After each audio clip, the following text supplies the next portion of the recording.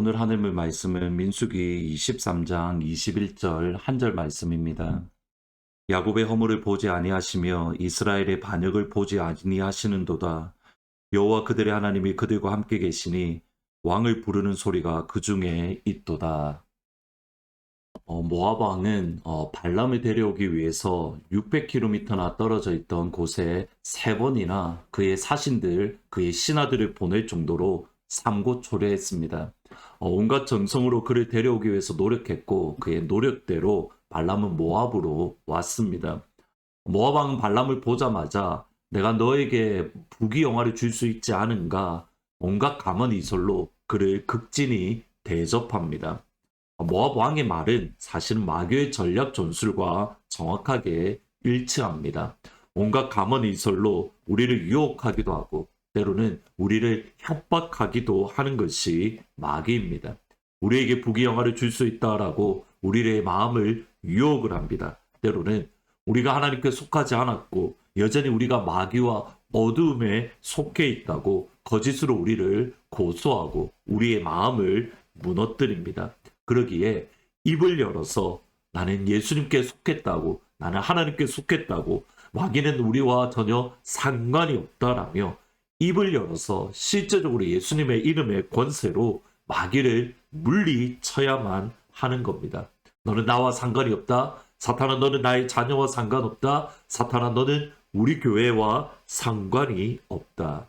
예수님의 보혈로 우리와 우리의 자녀와 우리의 교회를 보호하는 기도를 드려야 하는 이유는 분명합니다. 마귀는 여전히 역사하고 있기 때문입니다.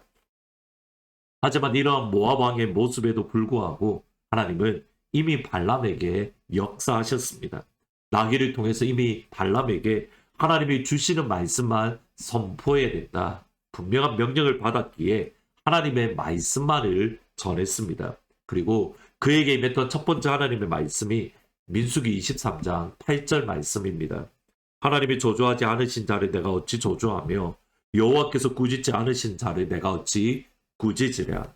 하나님이 저주하지 않았는데 저주하며 하나님이 꾸짖지 않는데 꾸짖는 것, 하나님이 싫어하시는 일입니다. 그런데 우리는 너무 자주 모세의 자리에 앉아서 하나님이 저주하지 않는 자를 저주하고 하나님이 꾸짖지 않는 사람을 꾸짖는 그 자리 그곳에 서는 경우가 많습니다. 여러분, 기준이 중요합니다. 내가 보기에 잘못되었다입니다. 핵심은 나의 기준이 아니라 나의 생각이 아니라 하나님이 어떻게 보시고 하나님이 어떤 마음을 품으셨는가, 이것이 중요합니다. 우리에게 모압 왕의 마음과 모압 왕의 심령은 없는지 끊임없이 점검해야 될 이유입니다. 이것은 두 번째 발람에게 주시는 하나님의 말씀과도 동일합니다. 모압 왕의 기대와 다르게 발람은 이스라엘을 축복을 합니다. 하나님이 꾸짖지 않는데 내가 어찌 꾸짖으며 하나님이 저주하지 않는데 내가 어찌 저주할까? 이 말을 들었던 모압 왕은 발람에게 이스라엘의 다른 곳을 보여줍니다. 그리고 그의 마음이 얼마나 다급했던지 17절에 보시면 모압 왕이 발람 곁을 떠나지 않고 그의 하는 번제가 끝나자마자 무슨 말씀이 있었냐고, 저주가 임하였느냐라고 질문을 합니다. 여기에 대한 반응이 19절입니다. 하나님은 사람이 아니시니 거짓말을 하지 않으시고 인생이 아니시니 후회가 없으시도다. 어찌 그 말씀하신 말을 행하지 않으시며 하신 말씀을 실행하지 않으시랴. 내가 축복할 것을 받았으니 그가 주신 복을 내가 돌이키지 않으리라. 13절에 보시면 모압 왕은 이스라엘의 끝자락만 보여주면서 발람에게 저주해달라고 말을 합니다. 이것이 정확하게 어떤 의미인가 학자들에 따라서 사실 여러 가지 해석이 다릅니다. 왜냐하면 그 본문 의미 자체가 대단히 불분명하기 때문입니다. 여러 가지로 해석을 할 수 있겠지만 끝이라는 단어를 볼 때에 이스라엘의 강함이 아니라 이스라엘의 연약함, 이스라엘의 부족함, 또는 이스라엘의 허물과 죄다라는 것으로 이해할 수 있을 것 같습니다. 그것을 알 수 있는 것이 21절 말씀을 보면 그렇습니다. 야곱의 허물을 보지 아니하시며 이스라엘의 반역을 보지 아니하시는도다. 여호와 그들의 하나님이 그들과 함께 계시니 왕을 부르는 소리가 그들 중에 있도다. 예전 고신대학교 다닐 때에 한 구약학 교수님이 민수기의 말씀을 개론적으로 이야기를 해주시면서 하셨던 말씀이 민수기는 이스라엘의 반역의 역사다라고 설명을 하신 적이 있습니다. 실제로 그렇습니다. 1장부터 10장까지 하나님이 이스라엘을 예배자로 삼아 주셨지만 이후에 이스라엘을 보면 끊임없이 반역하고 또 반역합니다. 물이 없다고 불평하고 모세를 이스라엘 지도자로 삼으신 것에 대해서 불평하고 가나안 땅에서 악평하고 그리고 마지막으로 모세와 하나님을 향하여 반역합니다. 그것이 지난 이스라엘 백성들의 40년 동안 출애굽한 이후 이스라엘 백성들의 모습입니다. 이스라엘에게 허물이 없는 것이 아닙니다. 이스라엘에게 반역이 없는 것이 아닙니다. 그들의 모습은 분명히 반역이고 그들의 특징은 분명히 허물입니다. 완전하지 않습니다. 그럼에도 불구하고 그러한 이스라엘 백성들을 하나님은 이렇게 평가합니다. 허물을 보지 않으시고 반역을 보지 아니하시고 하나님이 그들 가운데에 함께 하십니다. 이것을 로마서에서 바울은 다윗의 시편을 인용하면서 영광스러운 복음으로 이렇게 설명을 합니다. 로마서 4장 7절 8절에 보시면 불법이 사함을 받고 죄가 가리어짐을 받는 사람이 복이 있고 주께서 그 죄를 인정하지 아니하신 사람은 복이 있도다 함과 같으니라. 이것이 하나님이 이스라엘을 대하시는 모습이고 이것이 하나님이 예수님 안에 있는 그리스도인 예수님께 속한 사람을 대하는 하나님의 반응입니다. 그러기에 예수 믿는 그리스도인이 가져야 될 신앙의 모습은 분명합니다. 넘어지더라도 소망을 가질 수 있습니다. 여전히 우리들은 죄의 영향 아래 있습니다. 그러기에 넘어집니다. 죄를 짓습니다. 유혹을 받기에 악함을 보입니다. 예수 믿어도 그렇습니다. 그때에 마귀는 끊임없이 우리를 참소하고 고소합니다. 그 모습인데 예수를 믿는다고? 너는 그 모습인데 구원받는다고? 천만에 너는 구원받을 수 없어. 너에게는 소망이 없어. 여러분 이것이 마귀가 우리에게 하는 모습입니다. 그때에 예수 안에서 소망을 품어야 합니다. 예수 안에 있는 나에게는 결코 정죄함이 없다라고 선포해야 됩니다. 예수 안에서 비록 죄인이지만 예수님으로 옷 입었기에 하나님은 나의 죄를 보지 아니하시고 예수님을 보는 예수 안에 있는 의를 보신다라는 것을 기억을 하고 일어나야 하고 또 일어날 수 있습니다. 마귀를 물리쳐야 합니다. 하나님도 나를 정죄하지 않는데 사탄아 네가 뭔데 나를 정죄하느냐. 하나님도 나의 허물을 보지 않으시는데 사탄아 네가 무엇인데 나의 허물을 고소하는가. 여러분 물리쳐야 됩니다. 오늘 본문에도 그렇게 말씀을 합니다. 23절을 보시면 야곱을 해야 할 정수이도 없고 이스라엘에 해야 할 복수이도 없도다. 이때 야곱과 이스라엘에 대하여 노달진데 하나님께서 행하신 일이 어찌 그리 크냐 하시리로다. 예수 안에 있는 자에게는 이를 해롭게 할 복수이도 없고 점수이도 없고 마귀의 권세가 전혀 없고 사탄의 권세가 전혀 없고 죄의 권세가 전혀 없습니다. 이것이 예수 안에 있는 저와 여러분의 정체성이고 이것이 다름 아닌 복음입니다. 오늘 기도하실 때에 예수님 안에 있는 이 복음을 다시 한번 경험하고 복음의 사람이 되게 해달라고 기도하셔야 됩니다. 어느 순간에 우리가 복음의 감동과 감격이 사라지진 않았는가? 여러분이 복음의 감동과 감격이 사라진 것을 알 수 있는 방법 중에 하나가 뭐냐면 여러분의 입술을 보면 됩니다. 여러분의 입술을 통해서 찬양과 감사와 감격이 가득하십니까? 아니면 불평과 불만과 그 다음 비판과 비난이 여러분 가운데에 가득하십니까? 누군가를 바라보면 그 사람의 허물에 대해서 용서하고 긍휼의 마음을 가지십니까? 아니면 그 사람의 허물을 바라보며 비난과 비판하기에 가득하십니까? 입술의 열매를 하나님께 드려야 된다라고 히브리서 기자는 말을 합니다. 하나님, 나로 하여금 복음의 감격, 복음의 감동을 다시 한번 내 안에 허락해 주세요. 두 번째로는 우리의 자녀들이 이 복음을 경험할 수 있도록 여러분 간절하게 기도해 주시기를 부탁드립니다. 정말 예수 믿기 어려운 시대입니다. 여러분 복음을 경험하지 않으면 나의 허물을 보지 않으시고 나의 죄를 보지 않으시는 예수님의 십자가를 우리의 자녀들이 경험하지 않는다면 세상을 보셔야 됩니다. 수없이 많은 비난과 비판과 고소들이 가득한 이 세상을 살아갈 수 없습니다. 세상에서도 그렇습니다. 그리고 그들 안에서도 그렇습니다. 그들 안에서 들리는 소식이 네가 이 모양인데, 너에게 이러한 허물이 있는데, 너에게 이러한 죄가 있는데, 그들에게 수없이 많은 비난과 비판이 들리는 시대를 살아갈 수 없습니다. 그러기에 우리의 자녀들이 예수의 복음에 감동해야 되고, 예수의 복음의 감격이 이 아이들 가운데에 가득해야 됩니다. 우리의 자녀들이 그 복음을 경험할 수 있도록 위해서 같이 기도해 주시기를 부탁드립니다. 기도하십니다. 하나님, 예수님은 우리의 허물을 보지 않으시고, 하나님은 우리의 죄악을 보지 않으시고 덮어주신다는 이 복음을 우리가 다시 한번 경험할 수 있도록 아버지 인도해 주옵소서.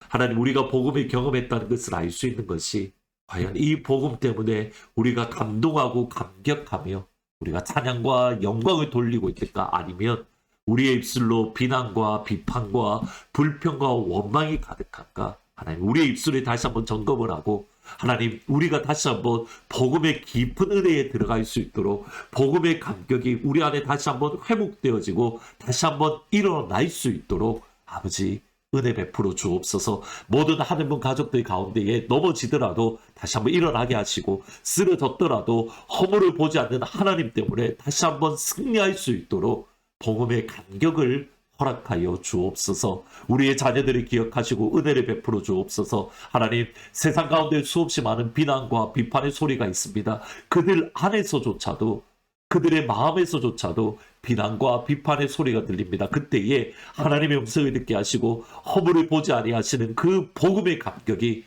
우리의 자녀들 가운데 가득할 수 있도록 아버지 인도하여 주옵소서. 예수님의 이름으로 기도합니다. 아멘.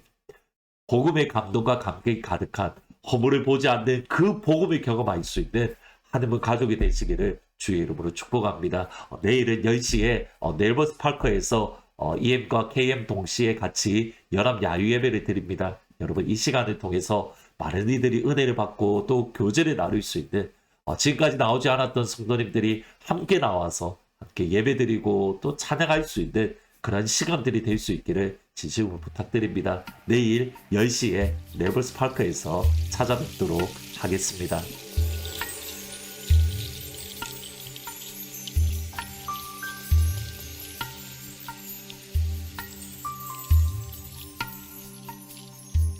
많은 이들 말하고 많은 이들 노래는 하지만 정작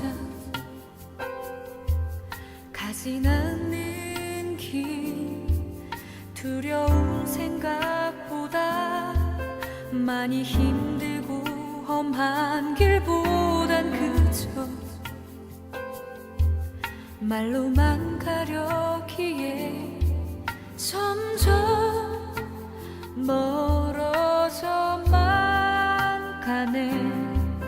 내게 생명 주었던 그 길 점점 이용하려 하네. 내게 사랑 주었던 그 길 다시 복음 앞에 내 영혼 선해. 주님 만난 그때 나 다시 돌아가 주님께 예배 드리며 다시 십자가의 길 걸으리.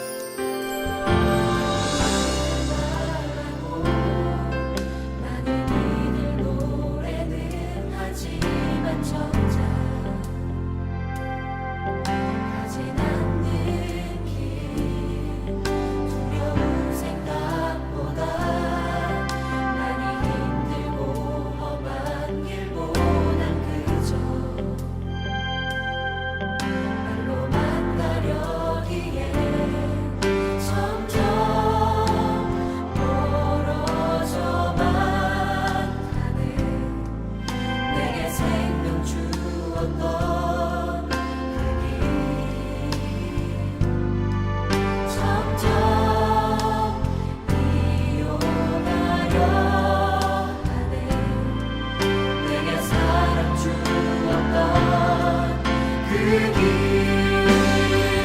다시 복음 앞에 내 영혼 서네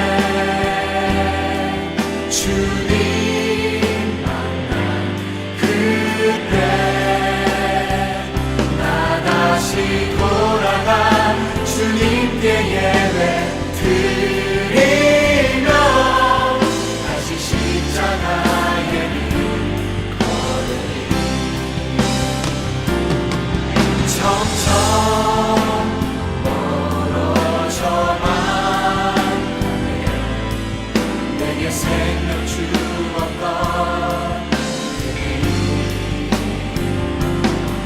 점점 이용하려 하네 내게 사랑 주었던 그 길 다시 복음 앞에 내 영혼 서네 주님 만난 그때 나 다시 돌아가 주님께 예배 드리며 다시 십자가의 길 걸으리 다시 복음 앞으로 돌아갑시다. 복음 앞에 내 영혼 서네 주님 만난 그때 나 다시 돌아가 주님께 예배 드리며 다시 십자가의 길 걸으리 다시 복음 앞에 다시 복음 앞에 내 영혼 서네 주님 만난 그때 나 다시 돌아가 주님께 예배 드리며 다시 십자가의 길 걸으리 주님을 만난 그때로 돌아갑시다. 주님을 만난 그때 복음을 들었던 그때로 돌아갑시다. 주님을 만나 기뻤던 사랑스러운 그때로 다시 돌아가 주께서 우리에게 맡기신 교회를 돌아보며 이 땅을 위해서 다시 한번 기도하며 나아갑시다. 기도하겠습니다.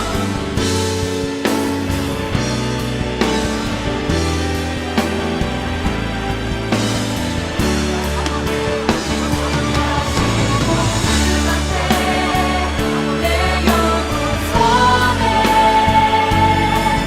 주님 만난 그때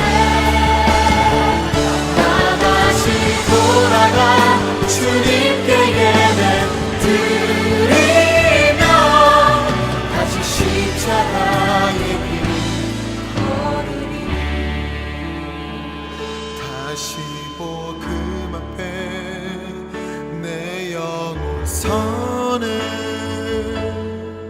주님 만난 그때 나 다시 돌아가 주님께 예배 드리며 다시 십자가의 길